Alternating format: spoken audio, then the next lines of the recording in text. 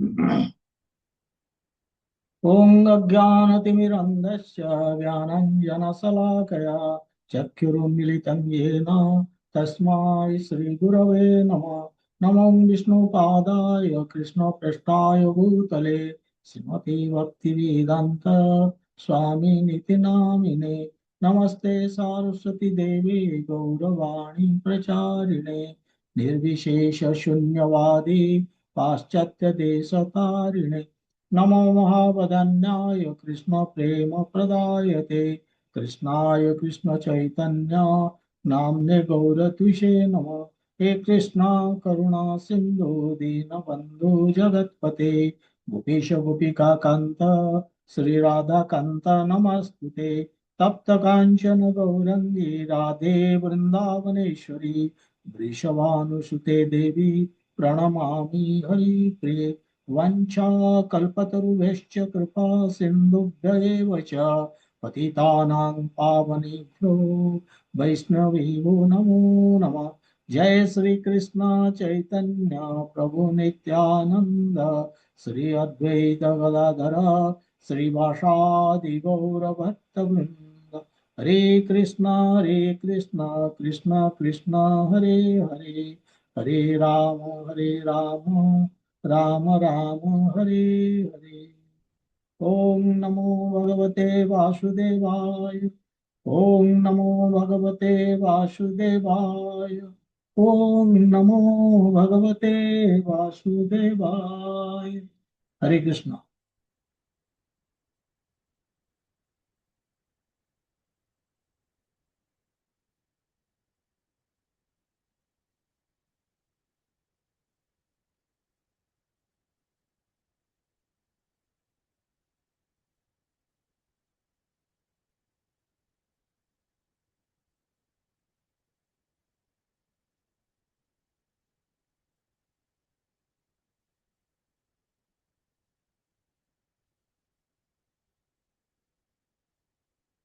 ତେବେ ଆଜି ଆମେ ଶ୍ଲୋକ ଚତୁର୍ଥ ଅଧ୍ୟାୟ ଦିବ୍ୟ ଜ୍ଞାନ ଯୋଗ ଆମେ 2 ନମ୍ବର ଶ୍ଲୋକ ପର୍ଯ୍ୟନ୍ତ କମ୍ପ୍ଲିଟ କରିଛେ। ଆଜି ତୃତୀୟ ନମ୍ବର ଶ୍ଲୋକରୁ ଆରମ୍ଭ କରିବା।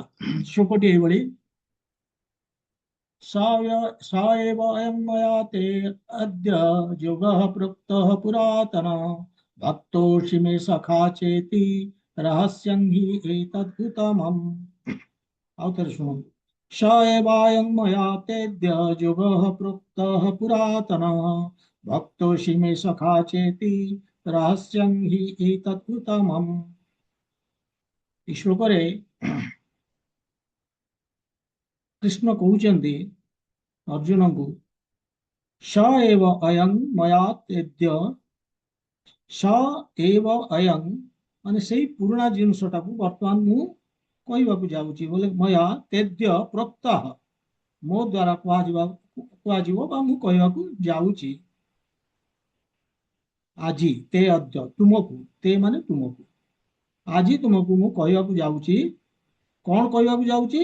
ସେଇ ଯୋଗ ଯୋଗ ପୁରାତନ ସେଇ ଯୋଉ ଦିବ୍ୟ ଜ୍ଞାନ ଯୋଉ ଜୀବର ଭଗବାନଙ୍କର ପରମାତ୍ମାଙ୍କ ସହିତ ଯୋଉ ସମ୍ପର୍କର ଯୋଉ ବିଜ୍ଞାନ ସେଇ ପୁରାତନ ବିଜ୍ଞାନ ମୁଁ ବର୍ତ୍ତମାନ କହିବାକୁ ଯାଉଛି। କାହିଁକି କହିବାକୁ ଯାଉଛନ୍ତି? ଅର୍ଜୁନଙ୍କୁ କହୁଛନ୍ତି ଭକ୍ତୋଷି ମେ ସଖା ଚେତି ତମେ ମୋର ଭକ୍ତ ତମେ ମୋର ବନ୍ଧୁ। ସେଥିପାଇଁ କିନ୍ତୁ କୃଷ୍ଣ କହିପାରନ୍ତି ଏ ଅର୍ଜୁନ କହିପାରନ୍ତି ଆଉ କାହାକୁ ବି କହିପାରିବ। ସେ କହୁଛନ୍ତି କୃଷ୍ଣ କହୁଛନ୍ତି ନାଇଁ ରହସ୍ୟଂ ହି ଏତତ୍ ଉତ୍ତମମ୍। ନାଇଁ ଅର୍ଜୁନ ଇଏ ହଉଛି ଦୃଢ ତତ୍ଵ ଇଏ ହଉଛି ଦିବ୍ୟ ଜ୍ଞାନ କେବଳ ଭକ୍ତଙ୍କୁ ହିଁ କୁହାଯାଏ ଭକ୍ତ ମାନେ ବୁଝିପାରିବେ। ଏଇଭଳି ଏ ଶ୍ଲୋକରେ କହୁଛନ୍ତି। ତେବେ ଆମେ ଏ ଶ୍ଲୋକଟିକୁ ଆଲୋଚନା କରିବା। ଗୋଟେ ସେକେଣ୍ଡ।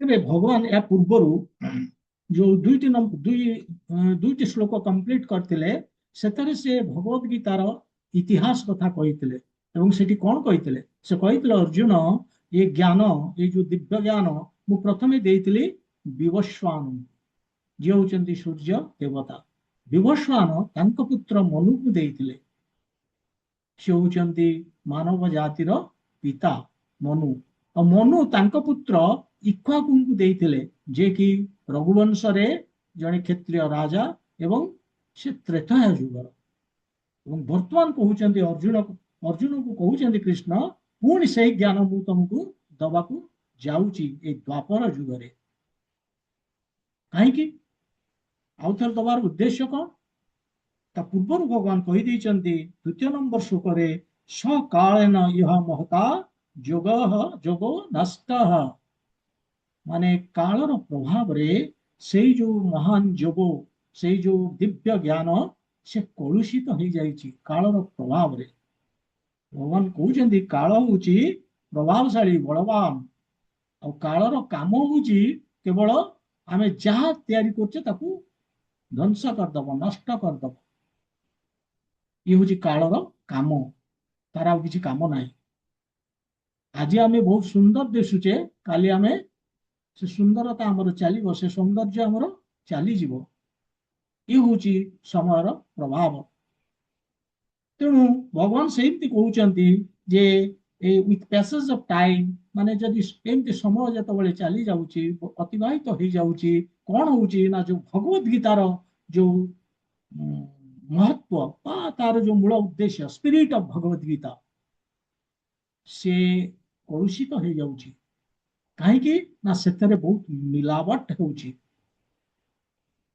ଭଗବତ ଗୀତାରେ ଲୋକ ନିଜର ମତକୁ ଦେଇ ଦଉଛନ୍ତି ଭଗବାନଙ୍କର ମତକୁ କାଢି ଦଉଛନ୍ତି ଭଗବାନ ଯାହା କହିଛନ୍ତି ସେଗୁଡାକ ଚାଲି ଯାଉଛି ଏବଂ କହୁଛନ୍ତି ଯେ ଖାଲି କଳୁଷିତ ହେଇନି ଏବଂ ସେ କହୁଛନ୍ତି ଯୋଉ ସିଷ୍ଟମ ଯୋଉ ପଦ୍ଧତି ମୁଁ ଚାଲୁ କରିଥିଲି ଯୋଉ ଗୁରୁ ଶିଷ୍ୟ ପରମ୍ପରା ସେ ମଧ୍ୟ ବନ୍ଦ ହେଇଯାଇଛି ତେଣୁ ସେଥିପାଇଁ ମୁଁ ଆଉ ଥରେ ସେ ପରମ୍ପରା ତେଣୁ ସେ ଯେହେତୁ ବନ୍ଦ ହେଇଯାଇଛି କଣ ଅର୍ଜୁନ ପଚାରୁଛନ୍ତି କଣ କରିବାକୁ ହବ ସ ଏବଂ ମୟା ତେ ଅଦ୍ୟ ପ୍ରୋକ୍ତ ପୁରାତନ ସେଇଥିପାଇଁ କହୁଛନ୍ତି ସ ଏବଂ ମୟା ତେଦ୍ୟ ଯୋଗ ପ୍ରୋକ୍ତ ପୁରାତନ ଏଗେନ୍ ମୁଁ ଆଜି ମୁଁ ତମକୁ କହିବାକୁ ଯାଉଛି ଏଇ ଯୁଦ୍ଧ ଭୂମିରେ ସେଇ ଯୋଉ ପୁରୁଣା ପଦ୍ଧତି ଭଗବତ ଗୀତାର ଯୋଉ ଯୋଗ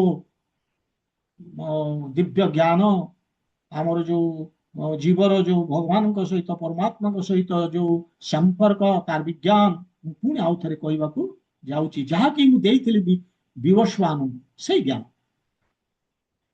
ତାମାନେ ମୁଁ ଆଉ ଗୋଟେ ନୂଆ ପରମ୍ପରା ପୁଣି ତିଆରି କଲି ଏଇଭଳି ଭଗବାନ କହୁଛନ୍ତି ଏ ଶ୍ଲୋକରେ କିନ୍ତୁ ଅର୍ଜୁନ ପଚାରି ପାରନ୍ତି ଯେ କାହିଁକି ମତେ କାହିଁକି ଆପଣ ବାଛିଲେ ଏ ଜ୍ଞାନ ଦବା ପାଇଁ ବହୁତ ଜ୍ଞାନୀ ଗୁଣୀ ଲୋକ ଅଛନ୍ତି ବ୍ୟାସଦେବ ଅଛନ୍ତି ବଶିଷ୍ଠ ଅଛନ୍ତି ଆହୁରି ଅନେକ ସନ୍ଥ ଅଛନ୍ତି ମୁଁ ତ ଜଣେ ବେଦାନ୍ତବାଦୀ ନୁହେଁ ମୁଁ ତ ସାମାନ୍ୟ ଜଣେ ଗୃହସ୍ଥ ବା ସାମାନ୍ୟ ସେନା କେବଳ ଯୁଦ୍ଧ ହିଁ ଯୁଦ୍ଧ କରିବା ଜାଣିଛି ଆଉ କିଛି ଜାଣିନି ତେଣୁ କାହିଁକି ମତେ କାହିଁକି ଭଗବାନ କହୁଛନ୍ତି ନାଇଁ ଅର୍ଜୁନ ତମେ ତମର ପାଖରେ ଯୋଉ ଯୋଗ୍ୟତା ଅଛି ସେ ଅଦ୍ୱିତୀୟ ଅଦ୍ଭୁତ ଏକ୍ସେପସନାଲ କ୍ୱାଲିଫିକେସନ ତମ ପାଖରେ ଅଛି କଣ ଏବଂ କହୁଛନ୍ତି ସେ କ୍ୱାଲିଫିକେସନ କାହା ପାଖରେ ନାହିଁ ସେଇଟା କଣ ସେଇ ଯୋଉ ଯୋଗ୍ୟତା କଣ ଭକ୍ତୋଷି ମେ ସଖା ଚେତି ତମେ ହଉଛ ମୋର ଭକ୍ତ ବନ୍ଧୁ ମଧ୍ୟ ତମେ ଜାଣିଛ ଯେ ମୁଁ ହଉଛି ମାନେ ପରମ ପୁରୁଷୋତ୍ତମ ଭଗବାନ ବୋଲିକି ତମେ ଜାଣିଛ ସେଥିପାଇଁ ତମେ ନିଜକୁ ସମର୍ପଣ କରିଛ ମୋ ପାଖରେ ମତେ ଗୁରୁ ରୂପେ ଗ୍ରହଣ କରିଛ ତେଣୁ ତମେ ମୋର ଭକ୍ତ ତମେ ମୋର କେବଳ ସାଙ୍ଗ ନୁହେଁ ସାଙ୍ଗ ତ ବହୁତ ଅଛନ୍ତି ତମେ ହଉଛ ମୋର ଭକ୍ତ ମହାନ ଭକ୍ତ ସେଥିପାଇଁ ମୁଁ ତମକୁ ଏ ଜ୍ଞାନ ଦଉଛି ତେଣୁ କୃଷ୍ଣ ଏଠି କହିବାକୁ ଯାଉଛନ୍ତି ଯେ ଏଇ ଯୋଉ ଭଗବତ ଗୀତା ଆକ୍ଚୁଆଲି କିଏ ବୁଝିପାରିବ ଦୁଇଟି ଯୋଗ୍ୟତା ଥିବା ଦରକାର, ଜଣେ ଭକ୍ତ ଏବଂ ସାଙ୍ଗ ହେଇଥିବା ଦରକାର ବୋଲିକି ଭଗବାନ କହୁଛନ୍ତି। କଣ ସେଟା ଆମେ ଡିସ୍କସନ କରିବା, ଚର୍ଚ୍ଚା କରିବା କେମିତି ନା ଏକ୍ଜାକ୍ଟଲି ଯେମିତି ପ୍ରଭୁପାଦ ତାଙ୍କର ଭାବାର୍ଥରେ ଯେମିତି କହୁଛନ୍ତି ଠିକ ସେଇ ଲାଇନରେ ଆମେ ତାକୁ ଚର୍ଚ୍ଚା କରିବା। ପ୍ରଭୁପାଦ କହୁଛନ୍ତି ଏ ଦୁନିଆରେ ଏଇ ଯୋଉ ଭୌତିକ ଜଗତରେ ଯେକୌଣସି ସମୟରେ ଆମେ ଦେଖିବା ଦୁଇ ପ୍ରକାରର ଲୋକ, ଥାର୍ଡ କ୍ୟାଟେଗୋରୀର ଲୋକ ଆଉ ନାହାନ୍ତି, ଦୁଇ ପ୍ରକାରର ଲୋକ ଦେଖିବା, ଭକ୍ତ ନହେଲେ ଅସୁର। ଅସୁର ମାନେ କଣ? ବେଳେ ବେଳେ ଆମେ ଭାବେ ଯେ ଅସୁର ମାନେ ବଡ ଭୟଙ୍କର ହେଇଥିବେ ଦେଖିବାକୁ, ମୁଣ୍ଡରେ ସିଂହ ଫିଙ୍ଗ ଉଠିଥିବ, ନାଇଁ ସେଭଳି ଆମେ। ଅସୁର ମାନେ ହଉଛି ଯେ ଆସୁରିକ ପ୍ରବୃତ୍ତି ଯାହାଙ୍କ ପାଖରେ, ଯୋଉମାନେ ଭଗବାନଙ୍କୁ ଗ୍ରହଣ କରନ୍ତିନି, ରିଜେକ୍ଟ କରିଦିଅନ୍ତି, ଭଗବାନଙ୍କୁ ମାନିବାକୁ ପ୍ରସ୍ତୁତ ନୁହେଁ କୃଷ୍ଣ ଭଗବାନ ବୋଲିକି। ଇଏ ହେଲା ଫାର୍ଷ୍ଟ ଏ ପ୍ରବୃତ୍ତି। ସେକେଣ୍ଡ ପ୍ରବୃତ୍ତି କେବଳ ଯାହା ଭଗବାନ ଏ ଦୁନିଆରେ ସୃଷ୍ଟି କରିଛନ୍ତି ଯୋଉ ପ୍ରକୃତିକୁ, ତା ଉପରେ ପ୍ରଭୁତ୍ୱ ବିସ୍ତାର କରିବା, ଅର୍ଥାତ୍ ଉପଭୋଗ କରିବେ, ନିଜର ଇନ୍ଦ୍ରିୟ ଭୋଗ କରିବେ, ଇଏ ହଉଛି ତାଙ୍କର ଲକ୍ଷ୍ୟ। ତେଣୁ ଏଇ ଯୋଉ ଦିଟି ଆମେ ଦେଖିଲେ ପ୍ରବୃତ୍ତି ଯୋଗୁ ଆମେ ତାଙ୍କୁ ଅସୁର କହୁଛେ। ଭଗବାନଙ୍କୁ ମାନୁନାହାନ୍ତି ଏବଂ କେବଳ ତାଙ୍କର ଗୋଟିଏ ଉଦ୍ଦେଶ୍ୟ ଜୀବନରେ ଇନ୍ଦ୍ରିୟ ଭୋଗ କରିବା।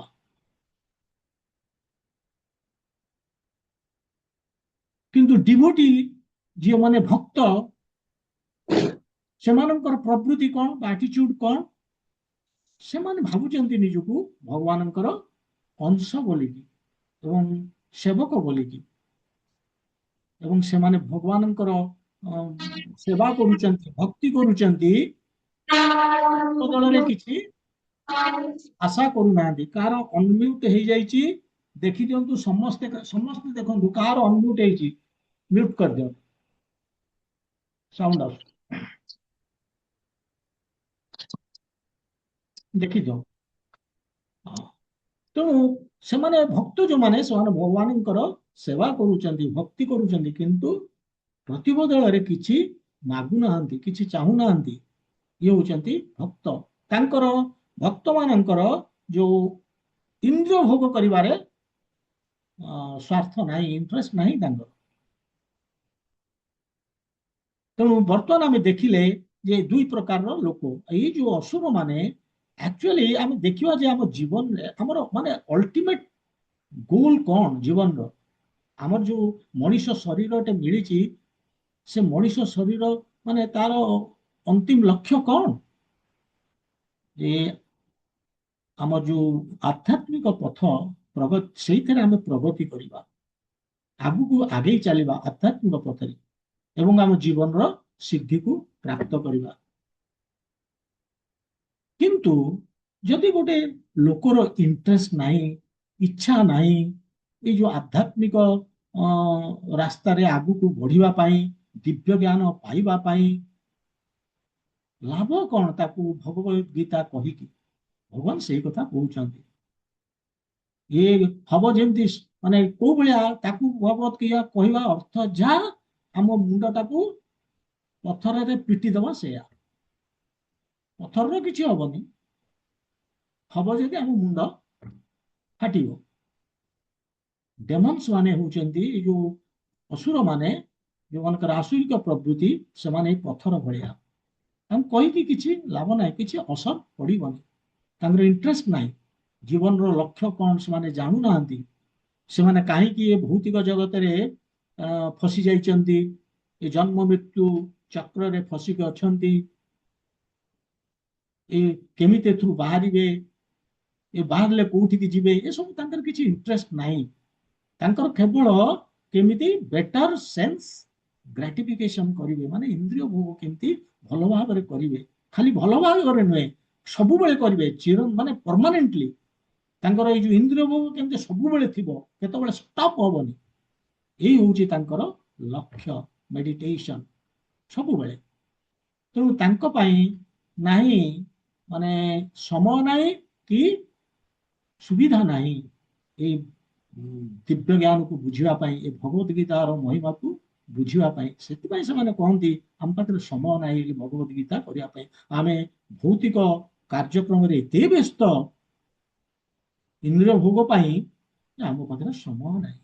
ଇଏ ହଉଛି ଅସୁର ମାନଙ୍କର ପ୍ରବୃତ୍ତି। କିନ୍ତୁ ଯୋଉମାନେ ଭକ୍ତ ସେମାନେ ସବୁବେଳେ ବ୍ୟାକୁଳ ଜାଣିବା ପାଇଁ କଣ ନା ଭଗବାନଙ୍କ ସମ୍ପର୍କରେ, କେମିତି ଭଗବାନ କଣ କହୁଛନ୍ତି, କଣ ଗୀତାରେ ନିର୍ଦ୍ଦେଶ ଦେଇଛନ୍ତି, କଣ ଉପଦେଶ ଦଉଛନ୍ତି, ସେ ବିଷୟ ଜାଣିବା ପାଇଁ ତାଙ୍କର ବ୍ୟାକୁଳତା ରହିଛି। ତାଙ୍କର ମଧ୍ୟ ବ୍ୟାକୁଳତା ରହିଛି କେମିତି ସେମାନେ ଭଗବାନଙ୍କ ପାଖକୁ ବାପସ ଚାଲିଯିବେ ଏବଂ ସେଇଠି ଯାଇକି ତାଙ୍କର ସେବା କରିବେ। ଇଏ ହଉଛି ଭକ୍ତର ଲକ୍ଷଣ। ଏଠି ଯୋଉ କହିଛନ୍ତି ଭଗବାନ ଖାଲି ଭକ୍ତ ତ ନୁହେଁ, କହୁଛନ୍ତି ସଖା ଚେତି, ମାନେ ସଖା ଚ ଇତି, ତମେ ମଧ୍ୟ ମୋର ସାଙ୍ଗ। ଏ ସାଙ୍ଗ କିଏ? ସାଙ୍ଗ ହଉଛି ଯେ ଆଉ ଗୋଟେ ସାଙ୍ଗକୁ ସମ୍ପୂର୍ଣ୍ଣ ରୂପେ ସମର୍ପିତ ଏବଂ ତା ନିଜ ଜୀବନର ଯେତେ ଗୁପ୍ତ କଥା ସବୁ ତାଠି ସେୟାର କରୁଛି। ଇଏ ହଉଛି ସାଙ୍ଗ। ଅର୍ଜୁନ ସେଇ ସମର୍ପିତ ଆତ୍ମା, ଭଗବାନ ଶ୍ରୀକୃଷ୍ଣଙ୍କ ପ୍ରତି ସମର୍ପିତ ଆତ୍ମା ହଉଛନ୍ତି ଅର୍ଜୁନ ଏବଂ ସେ ଜଣେ ମଧ୍ୟ ଭକ୍ତ, ଯିଏକି ଭଗବାନଙ୍କର ଅତି ନିଜର ଅତି ପ୍ରିୟ। ଏବଂ ଅର୍ଜୁନ ସବୁବେଳେ ଏଇ ଚିନ୍ତାରେ ରହୁଛନ୍ତି ଯେ କେମିତି ଭଗବାନଙ୍କର ସେ ଯେକୌଣସି ଉପାୟରେ କିନ୍ତୁ ଭଗବାନଙ୍କର କେମିତି ଭଲ ସେବା କରିପାରିବେ, ତାଙ୍କୁ ଖୁସି କରିପାରିବେ, ଇଏ ହଉଛି ତାଙ୍କର ଚିନ୍ତା। ତେଣୁ ଏଇଭଳିଆ ଲୋକ ଡେଫିନାଇଟଲି ଯୋଗ୍ୟ ଭଗବତ ଗୀତାର ଜ୍ଞାନକୁ ଗ୍ରହଣ କରିବା ପାଇଁ ଏବଂ ବୁଝିବା ପାଇଁ ମଧ୍ୟ ସେ ବୁଝିପାରିବ। ତେଣୁ ଭଗବାନ ଏଠି କ୍ଲିଅରଲି କହୁଛନ୍ତି ଯେ ଯଦି ଭଗବତ ଗୀତାକୁ ବୁଝିବାକୁ ହବ, ପ୍ରଥମ ଜିନିଷ ଭଗବାନଙ୍କର ପ୍ରତି ଭକ୍ତି ଥିବା ଦରକାର, ସେ ଜଣେ ଭକ୍ତ ହେଇଥିବା ଦରକାର। ଅନ୍ୟ ପ୍ରକାରରେ କହିଲେ ଆମେ ଭଗବତ ଗୀତା ବୁଝିପାରିବା ଯଦି ଆମେ ଜଣେ ଭକ୍ତ ହେଇଥିବା, ନହେଲେ ବୁଝିପାରିବାନି। ଆମକୁ ଭକ୍ତ ହବାକୁ ପଡିବ ଭଗବତ ଗୀତା ବୁଝିବା ପାଇଁ। ତେଣୁ କରିବା କଣ, କେମିତି ଆମେ ଭକ୍ତ ହବା? ଚାଣ୍ଟ ହରେ କୃଷ୍ଣ ମହାମନ୍ତ୍ର। ମହାମନ୍ତ୍ର ଆମର ଜପିବା ଦରକାର। ଷୋଳ ଆମେ ଯେତେବେଳେ ଜପିବା କଣ ହବ? କୋଉଠି ଗୋଟେ ପୁଣି ଅନମ୍ୟୁଟ ହେଇଗଲା, ଚେକ୍ କରିଦିଅନ୍ତୁ, ସମସ୍ତେ ଚେକ୍ କରନ୍ତୁ ଯେ କାର ହଉଛି ସେ ଦେଖି ଦିଅନ୍ତୁ। ଭଜାଟା ବି ପକେଇ ଦଉଛି ସେଥିରେ, ନାଇଁ କି? ହେଇଯାଇଛି ନିରୁପମା ମ୍ୟାଡାମଙ୍କର ଅନ୍ ହେଇଯାଉଛି ଗୁରୁଜୀ। କାର ଅନ୍ ହେଇଯାଉଛି ଦେଖନ୍ତୁ, ସେଇଠି ମ୍ୟୁଟ କରିଦିଅନ୍ତୁ ଯୋଉଠି ଅନ୍ ହଉଛି। ଠିକ ଅଛି। ତେଣୁ ହରେ କୃଷ୍ଣ ମହାମନ୍ତ୍ର ଜପିବା, ଜପିଲେ କଣ ହବ ନା ଆମ ହୃଦୟରେ ଯୋଉ ଭରି ରହିଛି ଯୋଉ ଭୋଗ ବାସନା, ଆମର ଯୋଉ ଆସୁରିକ ପ୍ରବୃତ୍ତି ଅଛି, ସେଇ ହଉଛି ଭୋଗ ବାସନା ହିଁ ଆସୁରିକ ପ୍ରବୃତ୍ତି ଉପଭୋଗ କରିବା। ତେଣୁ ସେଗୁଡିକ ଆମ ହୃଦୟରେ ଭରି ରହିଛି, ସେ ସଫା କରିଦବ ମହାମନ୍ତ୍ର। ତେଣୁ ଭଗବାନ ଆମକୁ କଣ କରିବାକୁ ହବ ନା କଠୋର ସାଧନା କରିବାକୁ ପଡିବ ଡେଲି ବେସିସରେ। ସାଧନାର ଅର୍ଥ କଣ ନା ଆମେ ପର୍ଟିକୁଲାର ଜିନିଷ ଡେଲି ବେସିସରେ ଆମେ କରିବା। ଯାହା କରୁଛେ ଆମେ ଗୋଟେ କିଛି ପର୍ଟିକୁଲାର ଆକ୍ଟିଭିଟିଜ ଡେଲି ବେସିସରେ କରିବା, ସେ ସାଧନାଟିକୁ। ଏ ସାଧନା କଣ? ମୁଁ ପ୍ରଥମେ କହିଲି ହରେ କୃଷ୍ଣ ମହାମନ୍ତ୍ର ଜପ, ନେକ୍ସଟ ଭଗବତ ଗୀତା ଭାଗବତମ ପଢିବା ଶୁଣିବା, ଭକ୍ତ ମାନଙ୍କର ସେବା କରିବା, ଭଗବାନଙ୍କର ସେବା କରିବା, ଇଏ ହଉଛି ଆମର କର୍ତ୍ତବ୍ୟ। ଏବଂ ଇଏ ମଧ୍ୟ ଖାଲି କର୍ତ୍ତବ୍ୟ ନୁହେଁ, ଇଏ ହଉଛି ଆମର କନଷ୍ଟିଟ୍ୟୁସନାଲ ପୋଜିସନ, ଆମର ସ୍ୱରୂପ ସ୍ଥିତି, ବାସ୍ତବିକ ସ୍ୱରୂପ ହଉଛି ଏଇଆ, ଏହା ହିଁ କରିବା ଦରକାର। ତେଣୁ ଏଇଭଳି ଯେତେବେଳେ ଆମେ କରିବା କଣ ହବ ନା ଆମେ ଧୀରେ ଧୀରେ ଭକ୍ତ ହବା ପାଇଁ ଚେଷ୍ଟା କରୁଛେ।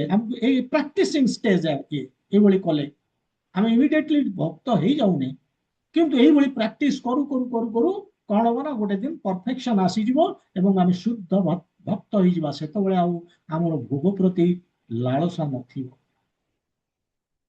ତେଣୁ ଏଇଭଳି ଭଗବାନ କହୁଛନ୍ତି ଯେ ଆମେ ଏଇ ଯୋଉ ଦିବ୍ୟ ଜ୍ଞାନ କେବଳ ଜଣେ ଭକ୍ତ ହିଁ ତାକୁ ବୁଝିପାରିବ, ଗ୍ରହଣ କରିପାରିବ। ତେଣୁ ଆମେ ଯେତେବେଳେ ବୁଝିବା, ଆମେ ଯୋଉ ମାନେ ଜେନେରାଲି ଆମେ ବି ସେଇ ଆସୁରିକ ପ୍ରବୃତ୍ତିରେ ରହିଛେ। ତେଣୁ ଆମେ ଯେତେବେଳେ ବୁଝିବା ଯେ ଏଇ ଜଗତ, ଏଇ ଯୋଉ ଭୌତିକ ଜଗତ, ଆମେ ଏଇ ଭୌତିକ ଜଗତରେ ଅଛେ, ଏ ଭୌତିକ ଜଗତଟା ଗୋଟେ ଭଲ ଜାଗା ନୁହେଁ, ଏ ଦୁଃଖାଳୟ, ଏବଂ ଆମକୁ ଏଠୁ ଚାଲି ଯିବାକୁ ପଡିବ କୋଉଠିକି? ବୈକୁଣ୍ଠ, ଭଗବାନଙ୍କ ପାଖକୁ, ମାନେ ବୈକୁଣ୍ଠ। ବୈକୁଣ୍ଠ କଣ? ବୈକୁଣ୍ଠ, ବୈ ମିନ୍ସ नो, କୁଣ୍ଠ ମିନ୍ସ ମିଜେରି, नो ମିଜେରି। ସେଠି ଦୁଃଖ ନାହିଁ, ଏଥିପାଇଁ ବୈକୁଣ୍ଠ ତା ନା। ସେଠି ସୁଖ ହିଁ ସୁଖ। ତେଣୁ ସେଇଠିକି ଆମେ ଫେରିଯିବା। ଯେତେବେଳେ ଆମେ ଏଇ ଉପଲବ୍ଧି ଆମର ହବ, ଯେତେବେଳେ ଆମର ଏଇ ଭାବନା ଆସିଗଲା, ଆମକୁ ବୁଝିବାକୁ ହବ ନାହିଁ ଯେ ଆମେ ଜଗତରେ ଅଛେ, ଏଇଟା ଖରାପ ଜାଗା, ଆମକୁ ଯିବାକୁ ପଡିବ ବୈକୁଣ୍ଠ। ଯେତେବେଳେ ଏ ଭାବନା ଆମର ଆସିଗଲା, ତା ମାନେ କଣ? ଆମ ହୃଦୟ ଉର୍ବର ହେଲା। ବର୍ତ୍ତମାନ ଗୋଟେ ଗୋଟେ ପୋଜିସନରେ ଆସିଗଲା। ଆମେ ପୋଜିସନକୁ ଆସିଗଲେ ସେ ଦିବ୍ୟ ଜ୍ଞାନ ଗ୍ରହଣ କରିବା ପାଇଁ ପ୍ରଥମେ ଏ ଭାବନା ଆସିବା ଦରକାର। ଆରେ ଏଠି ମୁଁ କଣ କରୁଛି? ଇଏ ମୋର ଜାଗା ନୁହେଁ। ଏଠି ମୁଁ ସଢୁଛି, ଏଠି ମୁଁ ଦୁଃଖ ପାଉଛି, ମୋର ଜାଗା ହଉଛି ବୈକୁଣ୍ଠ। ତାମାନେ ଆମ ହୃଦୟ ଫର୍ଟାଇଲ ହେଲା, ବର୍ତ୍ତମାନ ଉର୍ବର ହେଲା, ଏବଂ ଆମେ ପ୍ରସ୍ତୁତ ହେଇଗଲେ କଣ? ସେ ଗୀତା, ଭଗବାନ ଯୋଉ କଥା କହିଛନ୍ତି, ଭଗବାନଙ୍କ ଗୀତା ଗ୍ରହଣ କରିବା ପାଇଁ ମେନଲି, ନଟ କି ଯୋଉ କନକପ୍ଟେଡ, ମାନେ ବିଭିନ୍ନ ମିଶାମିଶି କରିକି ଭଗବାନଙ୍କୁ ସେଥିରୁ ବାହାର କରିଦେଇକି ଯୋଉ ଭଳିଆ ଗୀତା ତିଆରି କରୁଛୁ, ସେ ଗୀତା ନୁହେଁ। ତା ନହେଲେ କଣ ହବ ନା, ଆମେ ଯୋଉ ଗୀତା ଅନ୍ୟମାନଙ୍କର ଗୀତା ନେଇଗଲେ, ସେଟା କେବଳ ଗୀତ ହେଲା, ସେଟା ଆଉ ଭଗବତ ଗୀତା ଆଉ ହେଲାନି। ସେଟା କେବଳ ଗୀତ, ଯେମିତି ଲୋକମାନେ ଗୀତ ଶୁଣନ୍ତି ପୁଣି ଭୁଲି ଯାଆନ୍ତି, ସେମିତି ଏ ଗୀତାକୁ ପଢିବେ, ଭୁଲିଯିବେ, କିଛି କାମ ଦେଲାନି। ତେଣୁ ଭଗବାନ ଏଠି ମାନେ ମୋଷ୍ଟ ଇମ୍ପୋର୍ଟାଣ୍ଟ କହିବାକୁ ଚାହୁଁଛନ୍ତି, accept Bhagavad Gita with Krishna, not removing Krishna. ଆମେ ଯଦି କୃଷ୍ଣଙ୍କୁ ରିମୁଭ କରିଦବା, ତାହେଲେ ସେ ଗୀତା ପଢି କିଛି ଲାଭ ନାହିଁ। କିନ୍ତୁ ଯୋଉମାନେ ଅସୁର ପ୍ରବୃତ୍ତିର ଲୋକ, ସେମାନେ କଣ କରନ୍ତି ନା, ନିଜକୁ ତା ଦେହରେ, ନିଜର ମତାମତକୁ ତା ଭିତରେ ରଖିଦିଅନ୍ତି। କୃଷ୍ଣ ଯାହା କହୁଛନ୍ତି ସେ ସାଇଡ ଲାଇନ ହେଇଯାଉଛି, କୃଷ୍ଣ ସେଥିରେ ନଥାନ୍ତି। ଏଇଭଳି ଲୋକଙ୍କୁ ପଥଭ୍ରଷ୍ଟ କରାନ୍ତି ତାଙ୍କ ନିଜର ଫାଇଦା ପାଇଁ। ତେଣୁ ଏଇଭଳି ଯେତେବେଳେ କୃଷ୍ଣ କହୁଛନ୍ତି, ଅର୍ଜୁନ, ମାନେ ଅର୍ଜୁନ ଇଜ ଲୁକିଂ ଆସ୍କାନ୍ସ, ମାନେ ଏମିତି ଚାହିଁଛନ୍ତି ଚାତକ ପକ୍ଷୀ ଭଳିଆ, ଏବଂ ସତେ ଯେମିତି ତାଙ୍କ ମୁହଁରେ ଗୋଟେ ପ୍ରଶ୍ନ ଆସୁଛି ଏସବୁ ଶୁଣିକି। ଏବଂ ସେ ପ୍ରଶ୍ନଟି ହଉଛି ଏ 4 ନମ୍ବର ଶ୍ଲୋକ।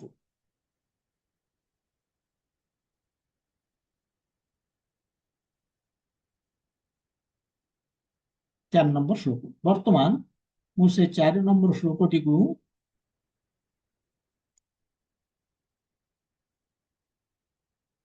ସେୟାର କରୁଛି, ଗୋଟେ ସେକେଣ୍ଡ।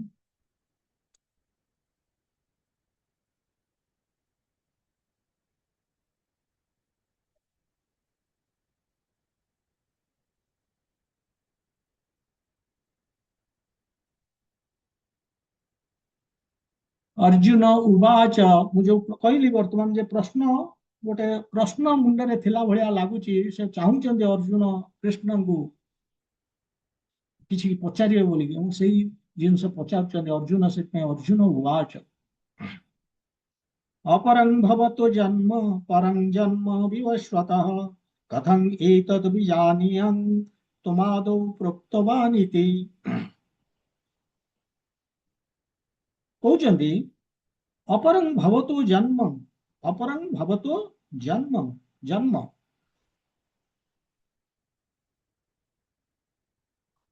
ତମେ ମାନେ ଇଏ କହୁଛନ୍ତି ଯେ, ଅର୍ଜୁନ କହୁଛନ୍ତି ତମର ତ ଜନ୍ମ ଏବେ, କିଛି ଦିନ ତଳେ।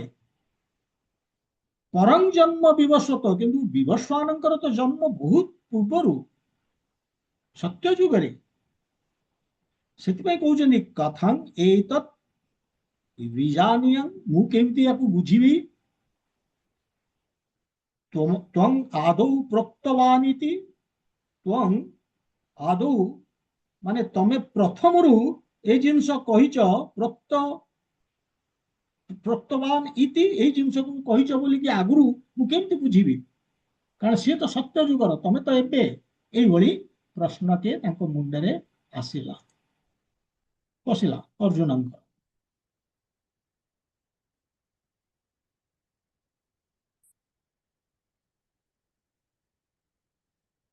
ଗୋଟେ ସେକେଣ୍ଡ ସେୟାର ତାକୁ ବନ୍ଦ କଲି କି ନାହିଁ।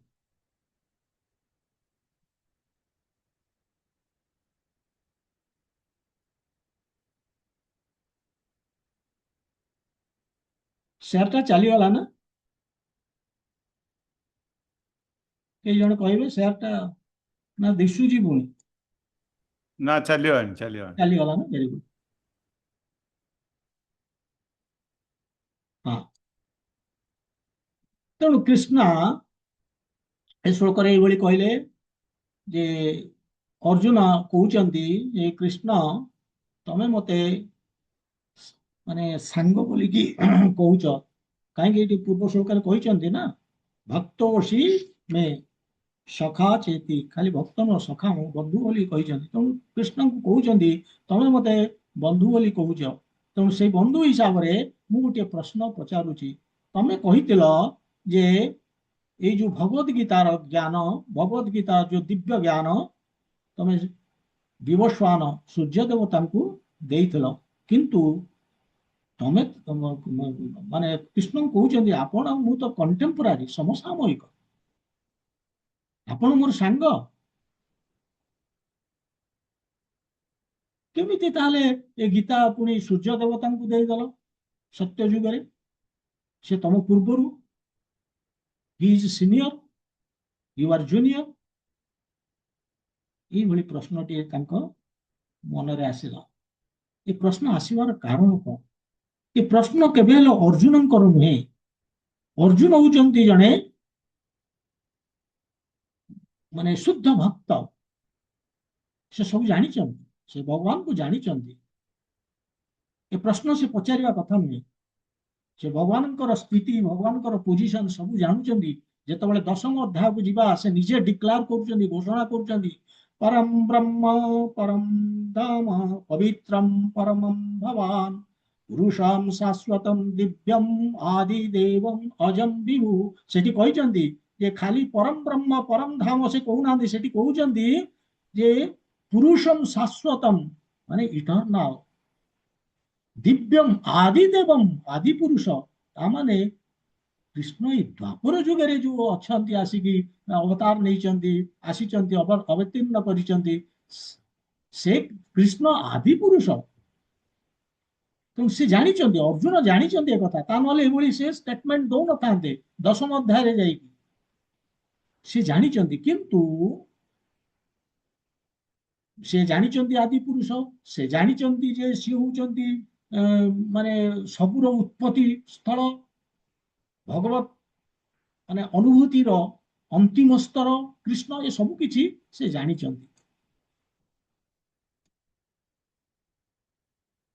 किंतु ये प्रश्नटी से पचारचंती कहा पाई? अन्य मानक पाई। को मानक पाई? जो माने भगवान को ऊपर विश्वास करंतिनी, जे परम पुरुषोत्तम भगवान कृष्ण को विश्वास करंतिनी नंबर 1। आउ के जन अछंती जो माने विश्वास दूरे थाउ, से माने मानिया को प्रस्तुत में कृष्ण भगवान बोली की डेमन्स, असुर स्वभाव लोक, से ईर्षालु, भगवान को से ईर्षा करते। तेणु ये दुई जन केवल ये प्रश्नटी पचारुचंती।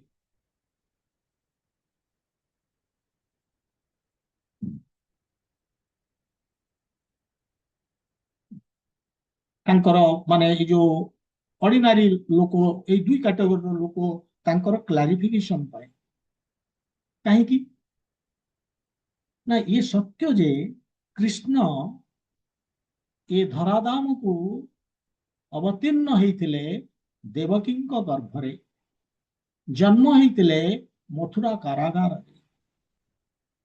ସେଇଠୁ ତାଙ୍କୁ ସ୍ଥାନାନ୍ତରିତ କରାଯାଇଥିଲା କୋଉଠିକି?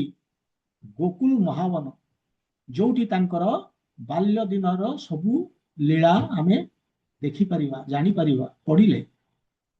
ଯୋଉଠି ଯଶୋଦା ମା ତାଙ୍କୁ ତାଙ୍କର ମାନେ ସ୍ତନପାନ କରୁଛନ୍ତି, ଯୋଉଠି ମାନେ ସେ ଲୀଳାରେ ଆମେ ଦେଖିବା ଯେ ନନ୍ଦ ମହାରାଜଙ୍କର ଆଙ୍ଗୁଳି ଧରିକି କେମିତି ଚାଲିବାକୁ ଶିଖୁଛନ୍ତି କୃଷ୍ଣ। ମାନେ କେବେ ହେଲେ ଆପଣ କଳ୍ପନା କରିପାରିବେ ଯୋଉ କୃଷ୍ଣ ଏଇ ଭଗବତ ଗୀତାରେ ଆଗରେ ଯାଇକି କହୁଛନ୍ତି ବ୍ରାହ୍ମୟନ୍ ସର୍ବଭୂତାନି ଯନ୍ତ୍ରାରୁରାନି ମାୟା, ମାନେ ମୋର ମାୟା ଶକ୍ତି ବଳରେ ଭଗବାନ କହୁଛନ୍ତି ଏ ସମସ୍ତ ଜୀବଙ୍କୁ ଏଇ ଯୋଉ ଶରୀର ରୂପକ ଯନ୍ତ୍ରରେ ବସେଇକି ମୁଁ ବୁଲେଇ ଚାଲିଛି କୁଆଡେ ନା ଏ ଶରୀରରୁ ସେ ଶରୀର, ସେ ଶରୀରରୁ ଏ ଶରୀର ଚଲେଇବା ଶିଖଉଛି କିଏ? ଭଗବାନ ଶିଖଉଛନ୍ତି। କିନ୍ତୁ ସେଇ ଭଗବାନ ନନ୍ଦ ମହାରାଜଙ୍କର ହାତ ଧରିକି ଚାଲିବା ଶିଖୁଥିଲେ ନ୍ୟାଚୁରାଲି। ଯୋଉ କୃଷ୍ଣ ଏଠି ଜନ୍ମ ହେଇଥିଲେ, ତାଙ୍କର ପିଲାଦିନର ଆକ୍ଟିଭିଟିଜ ଅଛି, ଏବଂ ସିଏ କେମିତି ଆଦି ପୁରୁଷ? ଅର୍ଡିନାରୀ ଲୋକ ତାକୁ ବୁଝିବା ଡିଫିକଲ୍ଟ। ଯିଏ ନନ୍ଦ ମହାରାଜଙ୍କର ହାତ ଧରିକି ଚାଲିବା ଶିଖିଛନ୍ତି, ସାଧାରଣ ଲୋକଙ୍କର ଇଏ ବୁଝିବା ବାହାରେ। ଏକୁ ବୁଝି ହବ କେତେବେଳେ ନା ଯେତେବେଳେ କୃଷ୍ଣ ନିଜେ କହିବା ଆରମ୍ଭ କରିବେ, ତାଙ୍କ ମୁଖରୁ ଯେତେବେଳେ ଆସିବ, ତାହେଲେ ଆମେ ସିଓର ହେଇଯିବା, ଆମେ ଗ୍ରହଣ କରିପାରିବା, ଆମେ ବୁଝିପାରିବା। କେବଳ କୃଷ୍ଣ ହିଁ ୟାକୁ ଆମକୁ ବୁଝେଇ ପାରିବେ। ଇଭିନ୍ ଯେତେବେଳେ ମାନେ ମୁଁ ଯେତେବେଳେ କୃଷ୍ଣ ଚେତନାରେ ନଥିଲି, ମୁଁ ଯେତେବେଳେ ଭଗବତ ଗୀତା ପଢିନଥିଲି, ବହୁତ ଜିନିଷ ମୋର ବି ଡାଉଟ୍ ଥିଲା। କିନ୍ତୁ ପଢିବା ପରେ ମୁଁ ଜାଣିଲି କାହିଁକି ଭଗବାନ ଆବିର୍ଭାବ ହୁଅନ୍ତି। ଭଗବାନଙ୍କର ଜନ୍ମ ଏଠି ହୁଏନି, ଭଗବାନ ଆବିର୍ଭାବ ହୁଅନ୍ତି, ଆপিୟର୍ସ। ଏବଂ ଏ ମଧ୍ୟ ମୁଁ ଜାଣିଲି ତାଙ୍କର ଯେତେ ଲୀଳା ଏ ଧରାଧାମକୁ ଯେତେବେଳେ ସେ ଆବିର୍ଭାବ ହୁଅନ୍ତି, ଧରାଧାମରେ ଯେତେବେଳେ ଆସନ୍ତି, ତାଙ୍କର ଯେତେ ଲୀଳା, ତାର ଉଦ୍ଦେଶ୍ୟ କଣ ଆମେ ବୁଝିବାକୁ ଚେଷ୍ଟା କଲେ, ଆମେ ଯେତେବେଳେ ପଢିଲେ ଜାଣିଲେ, ଭଗବାନଙ୍କର ସେଇ ଭଗବତ ଗୀତା ଯେତେବେଳେ ଆମେ ପଢିଲେ, ଭାଗବତମ ଯେତେବେଳେ ପଢିଲେ, ଆମେ ଜାଣିଲେ ଯେ ଏ ବ୍ୟକ୍ତି ଜଣେ ଅର୍ଡିନାରୀ ହ୍ୟୁମାନ ବିଙ୍ଗ ନୁହନ୍ତି, ଏ ସାଧାରଣ ମଣିଷ ନୁହନ୍ତି। ସେ ଯେତେବେଳେ ଏ ନିଶ୍ଚିତ କଥା କାରାଗାରରେ ସେ ତାଙ୍କର ଜନ୍ମ ଦେବକୀଙ୍କ ଗର୍ଭରୁ, କିନ୍ତୁ ଜନ୍ମ ଦେଖନ୍ତୁ କିଭଳି ଚତୁର୍ଭୁଜ, ପୀତାମ୍ବର ବସ୍ତ୍ର, ମାନେ ହଳଦିଆ କଲରର ବସ୍ତ୍ର, ପୀତାମ୍ବର ବସ୍ତ୍ର, ଶଙ୍ଖ ଚକ୍ର ଗଦା ପଦ୍ମ ହାତରେ, ବହୁତ ସୁନ୍ଦର ହେଲମେଟ, ସେଟା କଣ କହନ୍ତି ମକର କୁଣ୍ଡଳ, କାନରେ ଇୟରିଂ, ଶିବଚ୍ଛ ମାର୍ଗ ଚିହ୍ନ ହୃଦୟରେ, ବୈଜନ୍ତୀ ମାଲା ଗଲାରେ, କେତେ ସୁନ୍ଦର ସେ ଦିଶୁଥିଲେ। ଏଇଭଳି ସେ ଆପିୟର କରିଛନ୍ତି। କିନ୍ତୁ ଆମେ କେମିତି, ଆମର ଜନ୍ମ କେମିତି? ଆମେ ଆସୁଛେ ନେକେଡ। କିନ୍ତୁ ଭଗବାନ ଏଇଭଳି ପୁରା ବସ୍ତ୍ର ପରିଧାନ କରିକି ସୁସଜ୍ଜିତ ହେଇକି ବହୁତ ସୁନ୍ଦର ଭାବରେ ସେ ଆସୁଛନ୍ତି। ଏଇ ହଉଛି ଫରକ, ଯେ ତାଙ୍କ ଜନ୍ମ ଏବଂ ଆମର ବା ଅର୍ଡିନାରୀ ହ୍ୟୁମାନ ବିଙ୍ଗ ଜନ୍ମର ଭିତରେ ଥିବା ଇଏ ହଉଛି ଫରକ। ସାଧାରଣ ପିଲାଟିଏ ଯେତେବେଳେ ଜନ୍ମ ହଉଛି, ତା ପ୍ରଥମ କାମ ହେଲା ସେ କାନ୍ଦିବା। କିନ୍ତୁ କୃଷ୍ଣ କଣ କଲେ? ସେ ଜନ୍ମ ହେଲା ମାତ୍ରକେ ସେ ନୀତିବାଣୀ ଶୁଣିବା ଆରମ୍ଭ କଲେ ଦେବକୀ ବସୁଦେବଙ୍କୁ। ପ୍ରଥମ କହିଲେ ଯେ ଓ ବସୁଦେବ, ଓ ଦେବକୀ, ତମେ ଜାଣିଛ ଯେ ତମେ ପୂର୍ବ ଜନ୍ମରେ କଣ ଥିଲ? ସବୁ ବତେଇଲେ ତାଙ୍କୁ, କେମିତି ସେ କୃଷ୍ଣି ସୁତାପା ହେଇକି ସେ ଥିଲେ, ଏବଂ କେମିତି ତିନୋଟି, ଏବଂ କେମିତି 12,000 ବର୍ଷ ସେ ତପସ୍ୟା କରିଥିଲେ, ଘୋର ତପସ୍ୟା, ଏସବୁ ଜିନିଷ ଡିଟେଲ ସେ କହୁଛନ୍ତି। ଏବଂ ସେଠି ସେ ମଧ୍ୟ ବସୁଦେବଙ୍କୁ କହୁଛନ୍ତି, ତାଙ୍କର ବାପା ଯିଏ ବର୍ତ୍ତମାନ, ତାଙ୍କୁ କହୁଛନ୍ତି ଯେ ତାଙ୍କୁ ନନ୍ଦ ମହାରାଜଙ୍କର ଆଡ୍ରେସ ଦଉଛନ୍ତି, କହୁଛନ୍ତି ମତେ ସେଇ ଆଡ୍ରେସରେ ସେଇଠିକି ନେଇ ଚାଲ।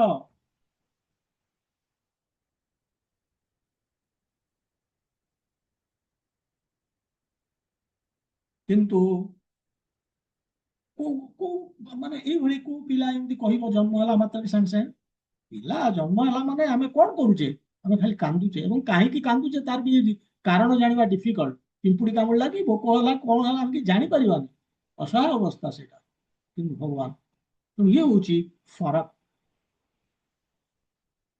ତାଙ୍କର ଆଉ ଆମ ଜନ୍ମ ଭିତରେ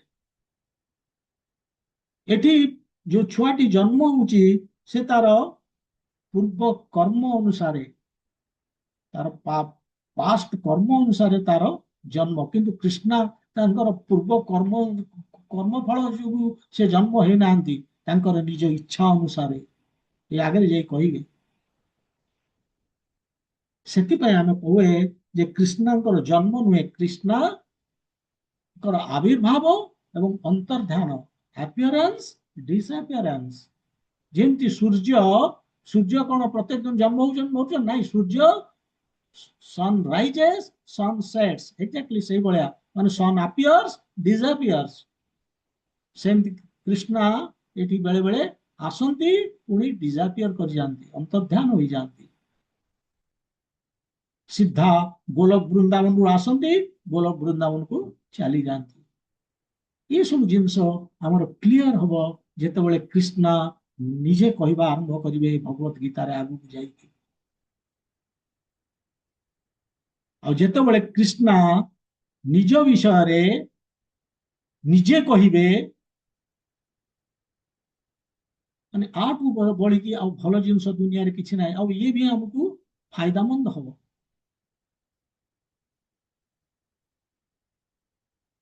ଏଇ ଆଗରେ ଯାଇକି କହିବେ ସେ ଭଗବାନ କହିବେ ଯେ ଜନ୍ମ କର୍ମ ଚ ମେ ଦିବ୍ୟମ୍ ଏବଂ ୟୋ ବେତି ତତ୍ତ୍ୱତଃ त्यक्त्वा देहं पुनः त्यक्त्वा देह पुनर्जन्म नायेति मामेति सो अर्जुन ନା ଏତି ମାନେ ଏଠିକି ନୁହେଁ ଯଦି ସେ କହୁଛନ୍ତି ଯିଏ ଜନ୍ମ କର୍ମ ହଉଛି ମୋର ଦିବ୍ୟ ଯିଏ ଏତିକି ଜାଣିଗଲା ତତ୍ତ୍ୱତଃ ମୋର ଜନ୍ମ କର୍ମକୁ ମୋର ଦିବ୍ୟ ଏଇ ଯୋଉ ଦିବ୍ୟ ଜନ୍ମ କର୍ମକୁ ଯିଏ ଜାଣିଗଲା ଯେତେବେଳେ ଦେହ ତ୍ୟାଗ କରିବ ତାପରେ ସେ ଏ ପୃଥିବୀକୁ ଆଉ ଆସିବନି ଖାଲି ଏତିକି ଜାଣିଗଲେ ସେ ନ ଇତି ମାନେ ଏ ଭୌତିକ ଜଗତକୁ ଆସିବନି ମାମ୍ ଇତି ମୋ ପାଖକୁ ଆସିଯିବ ବୈକୁଣ୍ଠକୁ ପଳେଇ ଆସିବ हे अर्जुन बोली से कହୁଛନ୍ତି ସେ ଲୋକ ସହ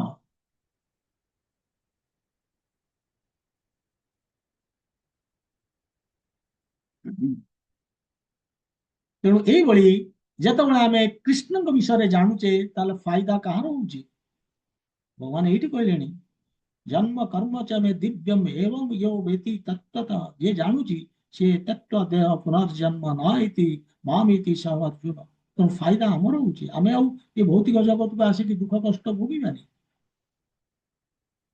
ତେଣୁ ଆମର ବେନିଫିଟ ପାଇଁ କୃଷ୍ଣ ଭଗବତ ଗୀତାକୁ କହିଛନ୍ତି ଆମକୁ କୃଷ୍ଣଙ୍କୁ ଜାଣିବାକୁ ପଡିବ ତାଙ୍କୁ ବୁଝିବାକୁ ପଡିବ ଏବଂ ଯୋଉ କୃଷ୍ଣ ଯୋଉ ଇନଷ୍ଟ୍ରକ୍ସନ ଦେଇଛନ୍ତି ଭଗବତ ଗୀତାରେ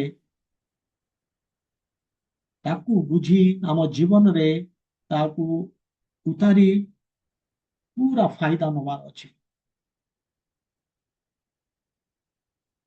କୃଷ୍ଣ ହଉଛନ୍ତି ଭକ୍ତମାନଙ୍କର ଅତି ପ୍ରିୟ ଡାର୍ଲିଂ କହିଲେ ଚଳିବ darling of all devotees darling of Vrindavan Krishna ଭକ୍ତମାନଙ୍କର ହଉଛନ୍ତି ମାନେ ପ୍ରେମ ବସ୍ତୁ ଆମେ ଯୋଉ କହୁଛେ ଅବଜେକ୍ଟ ଅଫ ଲଭ୍ କୃଷ୍ଣ ଭକ୍ତମାନେ ବ୍ୟାକୁଳ କେମିତି କୃଷ୍ଣଙ୍କୁ ଶୁଣିବେ କୃଷ୍ଣଙ୍କ ବିଷୟରେ ଶୁଣିବେ ଇଏ ହଉଛି ଭକ୍ତମାନଙ୍କର କାମ କାହିଁକି ନା ସେମାନେ ଜାଣୁଛନ୍ତି ତାଙ୍କର ସ୍ୱରୂପ କଣ ତାଙ୍କର ବାସ୍ତବିକ ସ୍ୱରୂପ ହଉଛି ସେ ଭଗବାନଙ୍କର ସେବକ ଏବଂ ସେବକ ସବୁବେଳେ ବ୍ୟାକୁଳ ତାର ମାଷ୍ଟରର ତାର ମାଲିକର ବିଷୟରେ ଜାଣିବା ପାଇଁ ଶୁଣିବା ପାଇଁ କିନ୍ତୁ ଯୋଉମାନେ ନାସ୍ତିକ ଯୋଉମାନେ ଆସୁରିକ ସ୍ୱଭାବ ସେମାନେ ଭଗବାନ କୃଷ୍ଣଙ୍କର ପାଇଁ ଏନଭିୟସ୍ ଈର୍ଷାଳୁ ସେମାନେ ଶୁଣିବାକୁ ଚାହାନ୍ତିନି ଭଗବାନଙ୍କ ବିଷୟରେ ଏବଂ ସେମାନେ ଭଗବାନଙ୍କୁ ମଧ୍ୟ ମାନନ୍ତି ନାହିଁ ଇଏ ହଉଛି ଡିଫରେନ୍ସ ଭକ୍ତ ଆଉ ଅସୁର ମାନଙ୍କ ଭିତରେ किंतु कृष्णांकर जो कन्स्टिट्यूशनल पोजिशन सेटा कौन सच्चिदानंद सच्चित आनंद माने चिरंतन ज्ञानमय परमानंद ये होचंती श्रीकृष्ण तांको पाखरे ज्ञान संपूर्ण रूपे अछि से नित्य शाश्वत एवं से होचंती आनंदमय ब्लिसफुल कौनसी जो तीन गुणर जो प्रभाव रे से नहांती सत रज सतो तम ये तीन गुणर प्रभाव रे से नहांती समर प्रभाव रे मध्य से नहांती से तो निजे होचंती काल कालर प्रभाव रे से भी नहांती अहं कालोस्मि बोली कि से कहते आगे जाइकी से निजे काल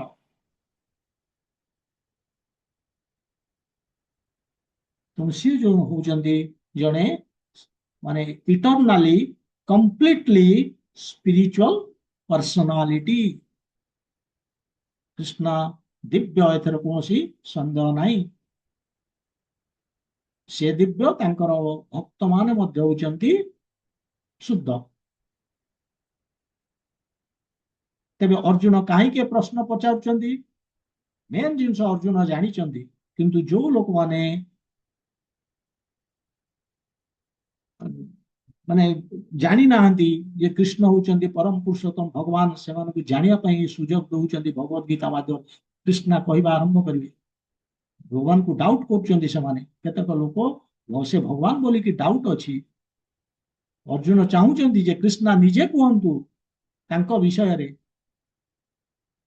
एवं कहीं ना से जहाँ कहे तार ओजन अच्छी आमे कहवा निजे कृष्ण कहवा भितर बहुत फरक अच्छी तेणु ये प्रश्न टे पचारि जे आपण तो यही मोर कंटेम्पोरारी आपण केमिति कहउचंती जे सत्य युगर व्यवस्वान को आपण देइथिले ज्ञान बोली कि से आपण तो सीनियर आपण तो द्वापर रे आसिले ये जो प्रश्न टे पचारि देले ये आम पाई पचारिचंती एवं यही प्रश्न माध्यम रे रास्ता खोली गला दिव्य ज्ञान भगवान से जो मुखपद्मरु दिव्य ज्ञान स्रोत छुटिबा पाई ये रास्ता खोली गला ये प्रश्न टी रही आगु को आमे देखिबा जेते माने श्लोक आसीबो या परठू कृष्ण तांको निज विषय रे कहबा आरंभ करूचंती से कहबे से किए आमर तांको सहित कोन संपर्क माने कृष्ण चेतनार सबु एस्पेक्ट्स से वर्णना करिवे सेति पई ये कहा जाइछि जे माने कृष्ण को बुझी गला आउ तार जन्म नाही ए भौतिक जगत और एई बळी एई आमे दुईटी श्लोक कंप्लीट कले आज ये विराम नवा समय जाइए आस्ते आस्ते आम एमती दुई दुईटी श्लोक नवा जो सर्ट सर्ट अच्छी किसी असुविधा नहीं बेले बेले टिके नकु अधिका चलो ये भावार्थ बहुत अच्छी 6 नंबर श्लोक नेचुराली केतବେଳେ कौन टिके जदि से गोटे श्लोक हो ना दीटा श्लोक नहीं जावा आज ये विराम नवा ग्रंथराज श्रीमद् भगवद गीता की जय श्रीला प्रभुपाद की जय गौर भक्त वृंद की जय हरे कृष्ण